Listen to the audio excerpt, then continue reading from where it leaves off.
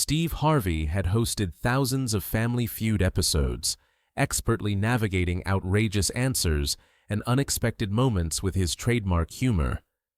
But on a special Kids vs. Parents edition, filmed in Atlanta in May 2023, something happened that left even the veteran host completely stunned. 8-year-old Liam Parker, a bright-eyed second grader from Nashville, gave an answer so innocent yet so profound that it silenced the typically boisterous studio. Steve's reaction was unprecedented. He immediately called for a production pause, pulled out his phone, and dialed his 91-year-old mother. What began as simple family entertainment transformed into a powerful moment that would remind millions of viewers about the wisdom that sometimes comes from our youngest voices, and how a child's perspective can pierce through the noise of adult life to illuminate what truly matters. Liam Parker was an ordinary 8-year-old in most respects. With tousled brown hair that refused to stay combed, a spattering of freckles across his nose, and 2 front teeth just growing in after losing his baby teeth, he embodied boyhood energy. Dressed in his Sunday best, khaki pants, a blue button-down shirt, and a clip-on tie that he'd proudly selected himself, Liam fidgeted at the Family Feud podium, occasionally needing gentle reminders from his mother to stand still. The Parker family had been selected for the special Kids vs. Parents edition after Liam's father, Daniel, submitted an application highlighting their family's multi-generational commitment to education. Daniel taught high school physics, his wife Rebecca was an elementary school librarian, and his mother Eleanor had recently retired after 40 years of teaching 3rd grade in Nashville's public school system. The family team included Daniel and Rebecca, Eleanor, and Liam, alongside his 10-year-old sister, Emma. What the producers hadn't known when selecting the Parker family was that they were navigating a particularly challenging chapter. 6 months earlier, Rebecca had been diagnosed with stage 2 breast cancer. While her prognosis was good, the rigorous treatment schedule had disrupted their family routine. Daniel had taken a semester's leave to manage the household. Eleanor had moved in temporarily to help with the children, and the family's finances had been strained by medical expenses not covered by insurance. Throughout this difficult period, Liam had shown remarkable resilience and emotional maturity for his age. While his parents had initially tried to shield him from the full reality of his mother's illness, they'd ultimately opted for age-appropriate honesty, explaining the treatments and answering his questions as clearly as possible.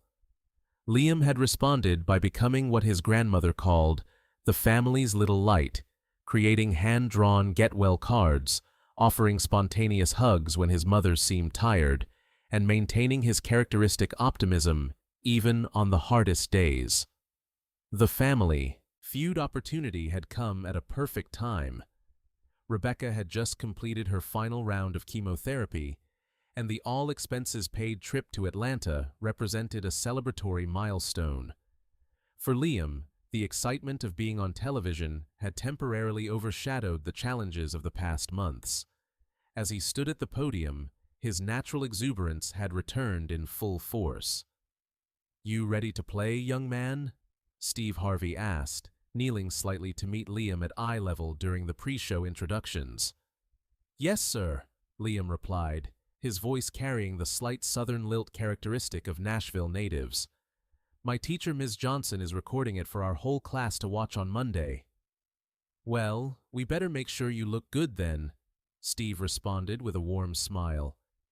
"Any special strategy for the game?" Liam nodded seriously. "Grandma Eleanor says to speak clearly and tell the truth. She says that's always the best strategy for everything." Steve chuckled, straightening up to address the audience. "Folks, I think we could all learn something from Grandma Eleanor." As the game began, none of the production team, audience members, or even the Parker family themselves could have anticipated how prophetic Steve's casual remark would prove to be. The Kids vs. Parents special had a unique format. Children and adults from the same family competed against each other, with questions designed to highlight the generation gap in perspectives.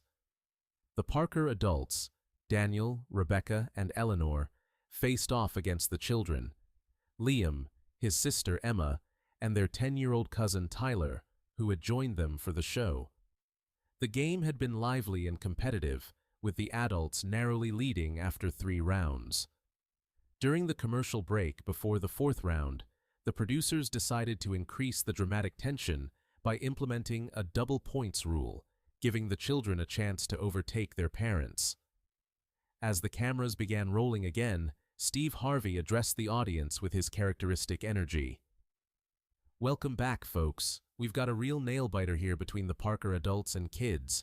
This round is worth double points, which means these youngsters still have a shot at victory."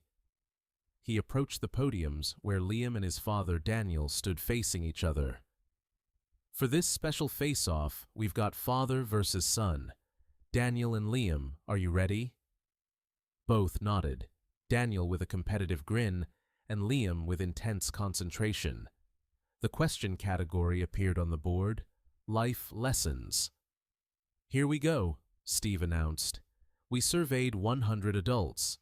Top 5 answers on the board. Name something that becomes more valuable as you get older." Daniel slapped the buzzer first. "Investments," he answered confidently. "Show me investments," Steve called out.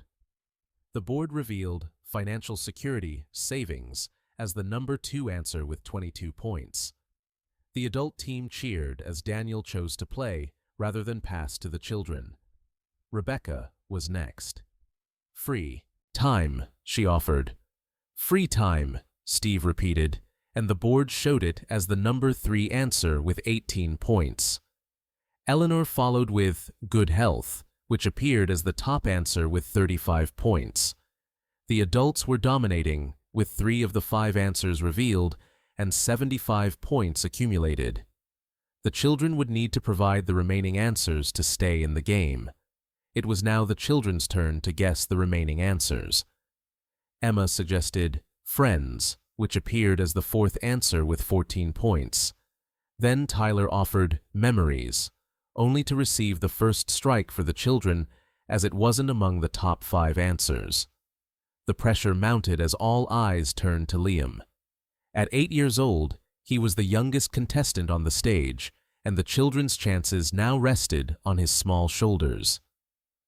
"All right, young man," Steve said gently, recognizing Liam's nervousness. "What do you think becomes more valuable as you get older?"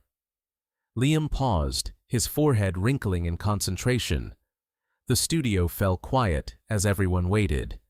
Then, in a clear voice that carried throughout the silent studio, he answered, "Your mother's voice."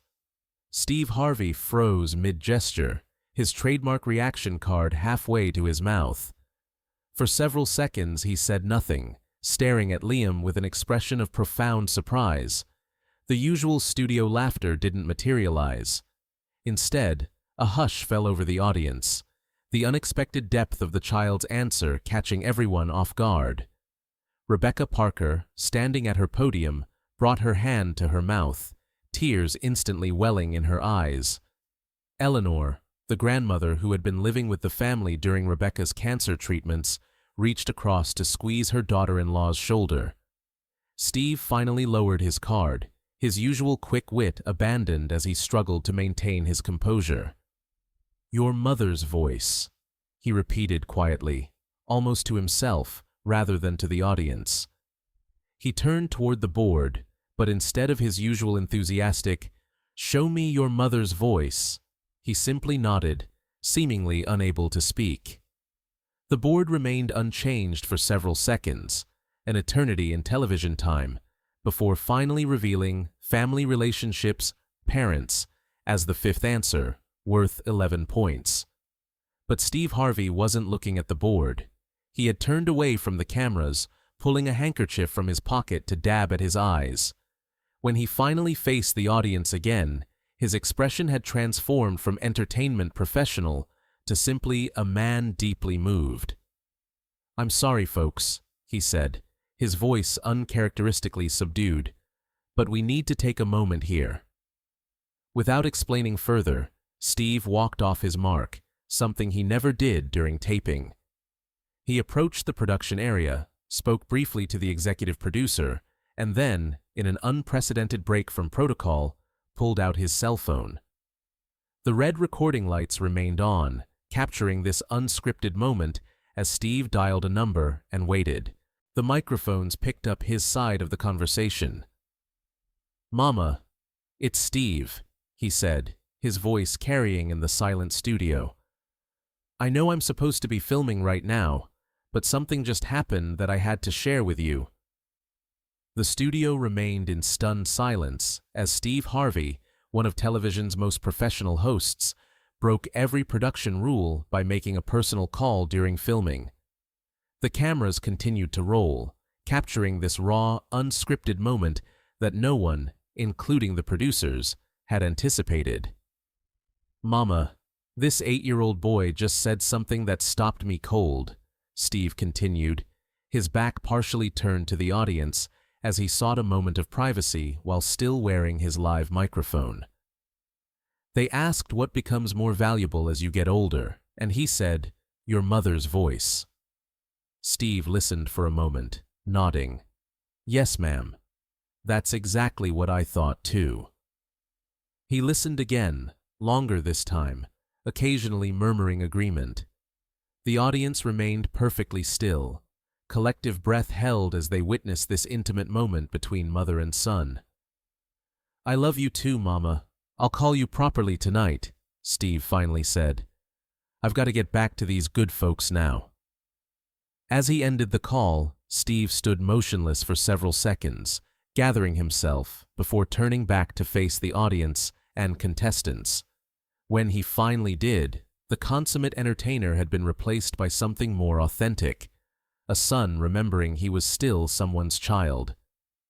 Steve walked directly to Liam, kneeling down to the boy's eye level.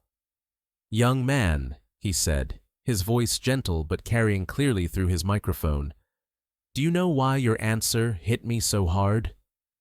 Liam shook his head, looking slightly concerned that he might have done something wrong. "Because at 66 years old, I still call my mama every single day just to hear her voice," Steve explained. "She's 91 now, and you're right, her voice has become more valuable to me with every passing year." He straightened up, addressing the audience, but keeping one hand reassuringly on Liam's shoulder. "Folks, we've been doing this show for a long time. We've had funny answers, surprising answers, even shocking answers. But I don't know if we've ever had an answer with more wisdom packed into 4 simple words." Steve turned to the producers off camera. "I know this isn't how we usually do things, but I'd like to take a moment to hear from this young man. Liam, would you mind telling us what made you think of that answer?" The camera zoomed in on Liam, who looked momentarily startled at being the center of attention in this unexpected way. He glanced at his mother, who nodded encouragingly through her tears. "Well," Liam began, his voice small but clear, "when Mom got sick, sometimes she was too tired to get out of bed, but she would still call to me from her room to say good morning and good night. And Grandma Eleanor said that even though Mom's body needed to rest, her voice could still give us hugs from far away." The studio remained silent, but now it was a different kind of silence, not shocked, but reverent. "During the really hard days of chemo," Liam continued, warming to his subject, as children often do when given genuine attention, "Dad recorded Mom reading my bedtime stories so I could hear her voice even when she was in the hospital. And I realized that even when I'm a grown-up like you, Mr. Harvey, I'll probably still want to hear my mom call my name." Rebecca Parker was openly weeping now, as was Eleanor. Daniel stood with one arm around each of them, his own eyes glistening. Steve took a deep breath, visibly moved. "Liam, in all my years hosting this show, that might be the wisest answer I've ever heard. And I've got something I want to tell all of you watching at home." He faced the main camera directly. We come on television to play games, have some laughs, maybe win some money. But sometimes, God uses the most unexpected moments to remind us of what really matters. If you're lucky enough to still have your mother with you, call her tonight. Don't wait. Because this young man is absolutely right. That voice becomes more precious with every passing year. Turning back to the contestants, Steve made another unprecedented decision. Now, technically, the Parker adults have won this round. But I'm going to use my host's privilege today.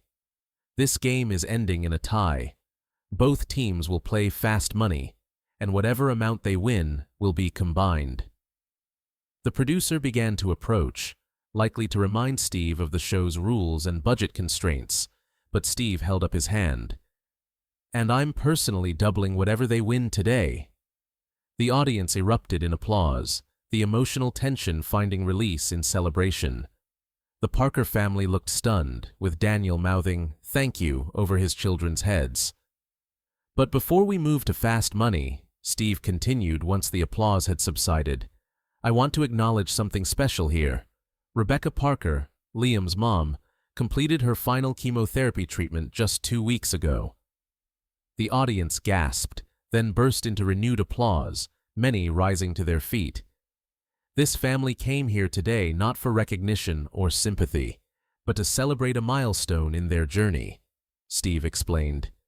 And I think we can all agree they've given us far more than just entertainment. Steve turned to Liam once more. Young man, thank you for the reminder that sometimes the greatest wisdom comes from the youngest hearts. And Mrs. Parker, he addressed Rebecca directly, your son has clearly been listening to the most important voice in his life. That tells me everything I need to know about the kind of mother you are. In that moment, what had begun as a light-hearted family game show had transformed into something far more meaningful, a reminder of the enduring bond between mothers and children, the wisdom that can emerge from difficult journeys, and how a child's perspective can cut through complexity to illuminate essential truths. The episode featuring the Parker family aired 3 months after filming, carefully edited to preserve the authentic emotional impact while respecting the family's dignity. The producers, initially concerned about breaking from the show's light-hearted format, ultimately recognized they had captured something extraordinary, a genuine human moment that transcended entertainment. The public response was immediate and overwhelming. Within hours of airing, Your Mother's Voice was trending nationwide. Social media platforms filled with stories of adults calling their mothers after watching, some reconnecting after years of distance. Phone companies reported a noticeable spike in long-distance calls that evening, particularly to numbers associated with older adults. For the Parker family, the impact extended far beyond their television appearance. The prize money, doubled by Steve Harvey's personal contribution, provided welcome relief from the medical bills that had accumulated during Rebecca's treatment. But more meaningful was the outpouring of support they received. Letters arrived by the thousands, from cancer survivors sharing their own journeys, from children who had watched parents go through illness, and from elderly mothers grateful for renewed connections with their adult children.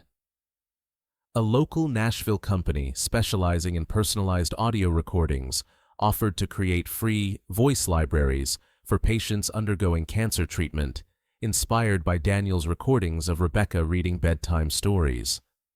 Rebecca Parker's oncologist called 2 weeks after the episode aired to share that several patients had mentioned the show during appointments. They're asking about recording their voices for their children, the doctor explained. Your family has given them a beautiful way to maintain connection during treatment. Liam, initially unaware of the profound impact of his answer, gradually came to understand its significance as he observed the changes in his family and community. His elementary school implemented a Voice Messages of Hope program, where students recorded encouraging words for children in the cancer ward at Vanderbilt Children's Hospital.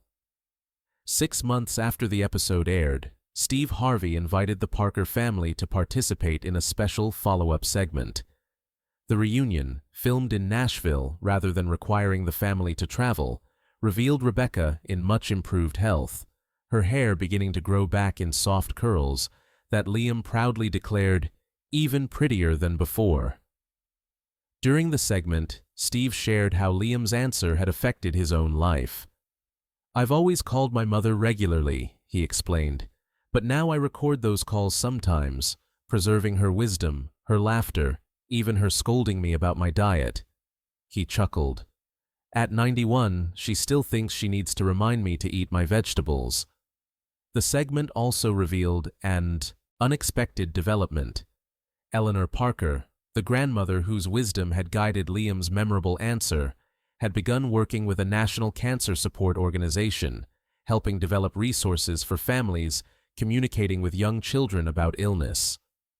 "For 40 years, I taught third graders about math and reading," Eleanor explained during the interview.